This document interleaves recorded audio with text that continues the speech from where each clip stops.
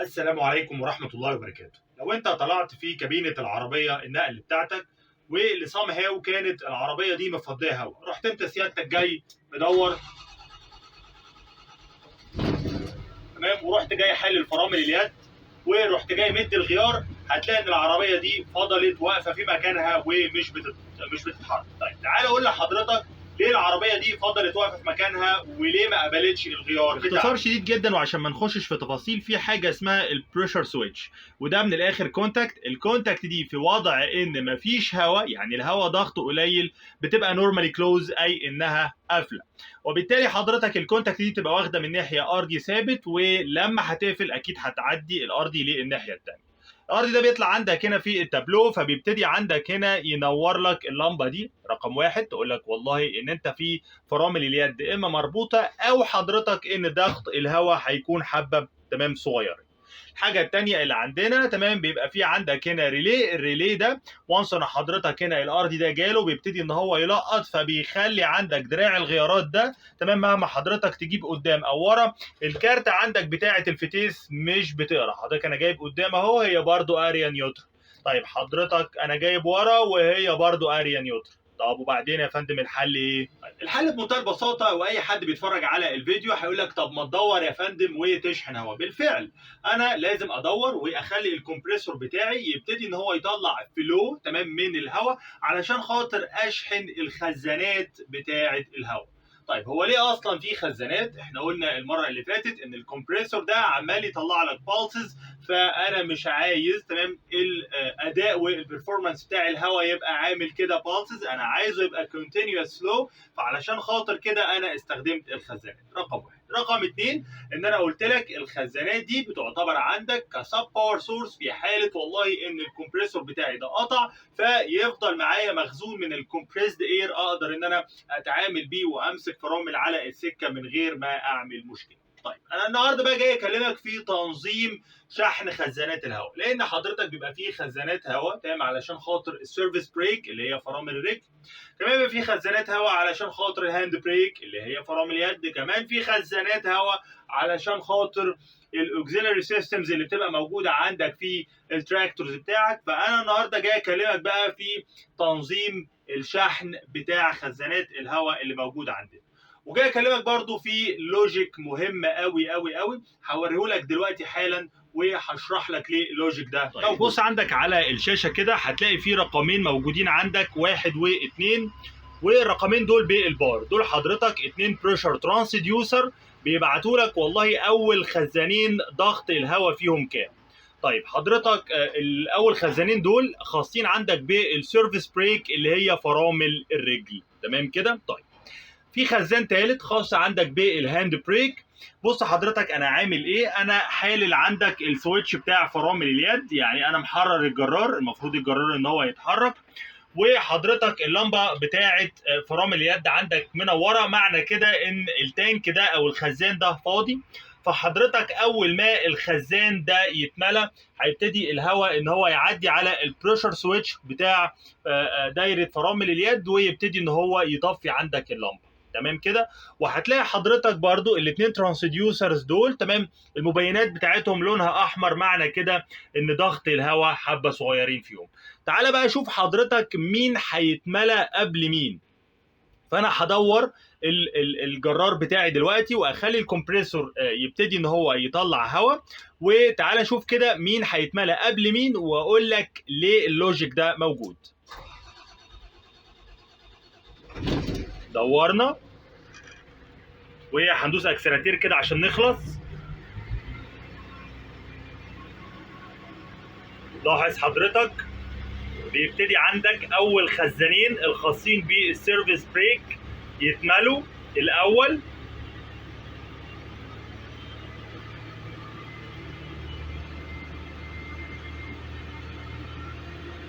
اهو.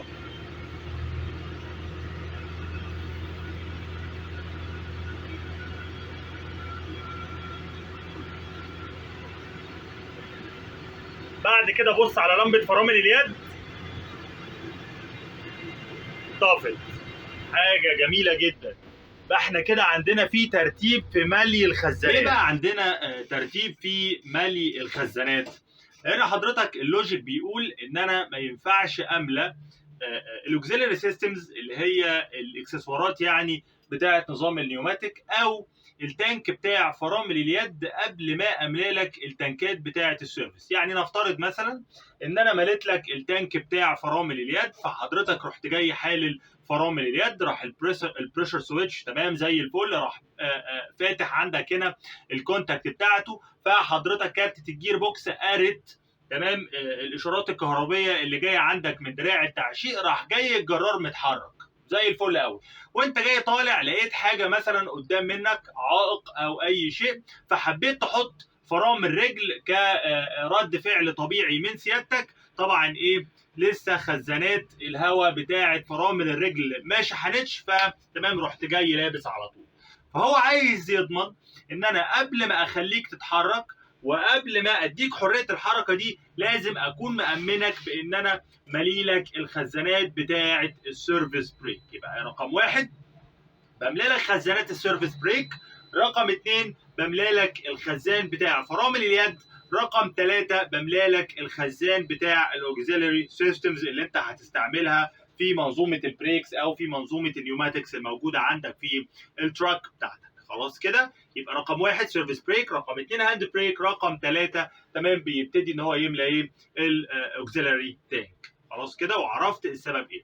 طيب مين بقى المسؤول عن هذه العمليه؟ والله المسؤول عن هذه العمليه هو البلف العظيم اللي اسمه الأربعة في واحد او البلف الرباعي او السيكونس تشارجنج فالف. هو ده البلف المسؤول عن تنظيم عمليه الشحن ومين يبتدي قبل مين، واعتقد ان الموضوع لوجيكال قوي ومنطقي. تعال بقى اما اوريك الشكل بتاع البلف الرباعي هيكون عامل ازاي، وبعد كده هنطلع على اللوحه علشان خاطر اشرح لك تمام هو من جوه شغال ازاي وبيعمل ايه. ده حضرتك كده تمام زي ما قلنا المره اللي فاتت هو ده الدراير تمام، وحضرتك ده خرطوم الخرج اللي طالع عندك من الدراير دخل عندك في هذا البلف المقطقط اللي حضرتك شايفه. زي ما حضرتك شايف كده البلف ده تمام ليه انبوت وليه ادي عندك 1 2 3 4 وليه 4 اوتبوت، علشان خاطر كده بيسموه 4 في 1 او بيسموه البلف الرباعي او بيسموه السيكونس تشارجنج فالف. وحضرتك الخوارج اللي انت شايفها من هذا البلف الرباعي بتروح حضرتك للاسطوانات. طبعا الاسطوانات موجوده عندك هنا تحت الكفر ده، هحاول كده حضرتك ان انا يعني اوريها لك. بص كده سيادتك بتكون عندك هنا الاسطوانات اهي تمام، هي دي الاسطوانات بتاعه الهواء المضغوط اللي حضرتك بتبتدي ان انت تاخد منها بقى اللي انت محتاجه علشان خاطر تغذي البلوف الموجوده بعد كده، البلوف المختلفه اللي موجوده بعد كده، ومن ثم البلوف دي تبتدي ان هي تودي على الاكتويترز بتاعه الدايره. ده بقى حضرتك السيمبل بتاع الفالف اللي احنا شفناه تحت، اللي هو البلف الرباعي او البلف الأربعة في واحد او ايه او الديستريبيوشن فالف او السيكونس تشارجنج فالف. ده حضرتك هنا كده البنايه رقم واحد ده اللي هو جاي من الدراير، فده يعتبر الانبوت بتاعه. بينما حضرتك البنات 21 22 23 24 دي اللي هي الاربع خوارج بتوع السيكونس فالف بتاعك. طيب بص حضرتك كده تعالى ندرس ونشوف الدنيا هتمشي ازاي. البنايه 21 والبنايه 22 دول حضرتك الخوارج اللي رايحه لخزانات الهواء بتاعه السيرفيس بريك. فاذا حضرتك عندك في 2 خزان للسيرفيس بريك، غالبا يعني واحد بيكون بيخدم على الاكس الامامي وواحد بيكون بيخدم على الاكس الخلفي، او تمام الاثنين كومن مع بعض ايا كان الديزاين المعمول عندك في الدايره. فحضرتك بيكون في عندك 2 خزان للسيرفيس بريك. طيب بص حضرتك ازاي بقى البلف ده هيبتدي يملى ال2 خزان دول الاول. فبيخش عندك هنا الفلو من بنايه رقم 1، بيلاقي قدام منه السكتين ان هو يروح يمين او يروح شمال. خلينا نروح اول حاجه في سكه الشمال. فراح عندك هنا في سكه الشمال، بعد ما راح في سكه الشمال لقى اول بورت ينفع يخش منها، لقى حضرتك في سيكونس فالف مظبوط عندك على تقريبا من 6 الى 7 بار، فلقاه تقريبا تمام كده مقفول، فوالله مش هينفع ان احنا نعدي منه. فراح جاي المهم مكمل في سكته، راح جاي لقى هذا التشيك فالف. طبعا التشيك فالف ده من الواضح ان هو مش محطوط قدام منه سوسته، فمقاومته هتبقى مقاومه صغيره جدا، فهيقدر ان هو يتغلب عليه ويعدي منه علشان خاطر يوصل عندك الى النقطه 21 دي. طيب النقطة 21 دي تمام، لقى تمام في سكة، السكة دي عندك هنا رايحة لخزان، الخزان ده فاضي فتقريبا مقاومته صفر، فحلوة قوي زي الفل دي. طيب السكه اليمين بتاعته هيعمل ايه؟ هيبتدي ان هو يخش عندك على النود دي. النود دي لو طلع الى فوق هيلاقي البورت بتاعه السيكونس فالف اللي هو تمام في هذا الوضع مقفول نورمالي كلوز، تمام، فمقاومتها ما لا نهايه، فشكرا مش هعرف اعدي منها.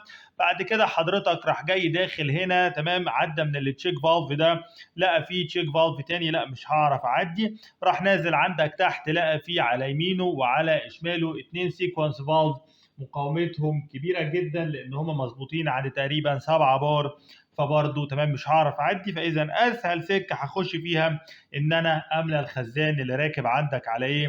على البورت 21. تمام كده اهو الخزان اللي راكب على بورت 21، بص معايا اهو، يبقى من 21 ماشى ماشى ماشى، راح جاي عندك هنا ايه؟ ملا هذا الخزان. طيب بعدين يا فندم تعال نشوف عندك هنا السكه اليمين، برضو السكه اليمين هي نفس الكلام، دخل عندك هنا لا قدام منك في السيكونس فالف مظبوط على 7 بار، تمام، فهو نورمالي كلوز قافل خلاص. لقى في التشيك فالف ده مقاومته سهله هعدي منه، لقى بورت 22، هطلع عندك هنا من بورت 22 اروح الى تانك تمام تاني حلو قوي مقاومته صفر، هروح املى فيه.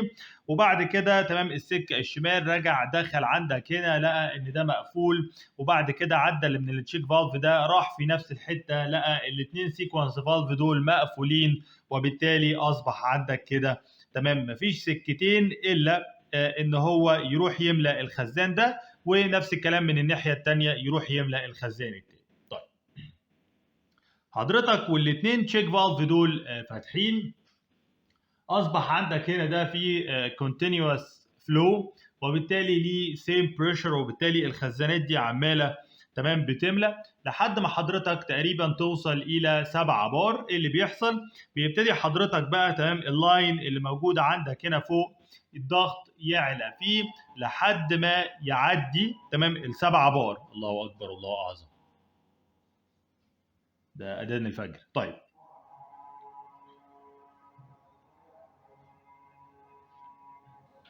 طيب نكمل الشغل بتاعنا بعد الاذان. قلت لحضرتك ان في هذا اللاين الضغط لو زاد بقى عن 7 بار هيبتدي الاثنين سيكونس فالف دول يفتحوا. تعالى كده نضرب مثل بواحد، هاخد اللي على ايدك اليمين ده، الفلو ابتدى ان هو يدخل من هنا راح للبايلوت، البايلوت عندك فتح السيكونس فالف بتاعنا، فابتدى الفلو ان هو يعدي قدام منه سكه يمين وسكه شمال. السكه اليمين دي فيها بنايه 22 اللي عليها تانك مشحون بضغط عالي، فهيكون عندك هنا في كميه فلو قليله جدا تمنتين البريشر في 22. تمام، لو حب يعمل ريسيركيوليشن ويلف عندك هنا في دايره التشيك فالف ده هيبتدي ان هو يمنعه، فما بيلاقيش سكه غير التشيك فالف ده ان هو يبتدي يعدي منه ويروح عندك هنا في هذه الوصله. تمام، نفس الكلام هيبقى مع السيكونس فالف الثاني. الاثنين تشيك فالف دول مهمين جدا علشان خاطر الهواء اللي يروح بقى تحت ما يردش مره تانية على الدايره اللي فوق، فالاثنين تشيك فالف دول مهمين جدا ويعتبروا ان هم ايزوليشن فالف للدايره بتاعه بنايه 23 وبنايه 24 عن الكعبله اللي حاصله فوق. فوانس ان حضرتك حصل اكيوميليشن للبريشر في هذه المنطقه، بيبتدي عندك هنا الاثنين سيكونس فالف دول يفتحوا، وبالتالي ابتدي ان انا اشحن اللود الموجود على بنايه 23 واشحن اللود الموجود على بنايه 24، وبكده يبقى انا ضمنت ان السيرفيس بريك راح لها هواء الاول وتنكاتها اتشحنت قبل ما تمام الهاند بريك والاوكسيلري سيستم يوصل له الهواء بتاعه، وبكده يبقى انا امنت الجرار بتاعي وامنت التراك بتاعي من ان انا اجي اطلع كده طالعه تمام ويبقى فيها مشكله ولا حاجه. تمام. عايز اوري حضرتك ايضا دايره تانية. بص كده حضرتك هذه الدايره تمام اهو. بص كده ده حضرتك، هعمل بس زوم اوت اهو. ده حضرتك هنا شكل تمام لدايره اخرى.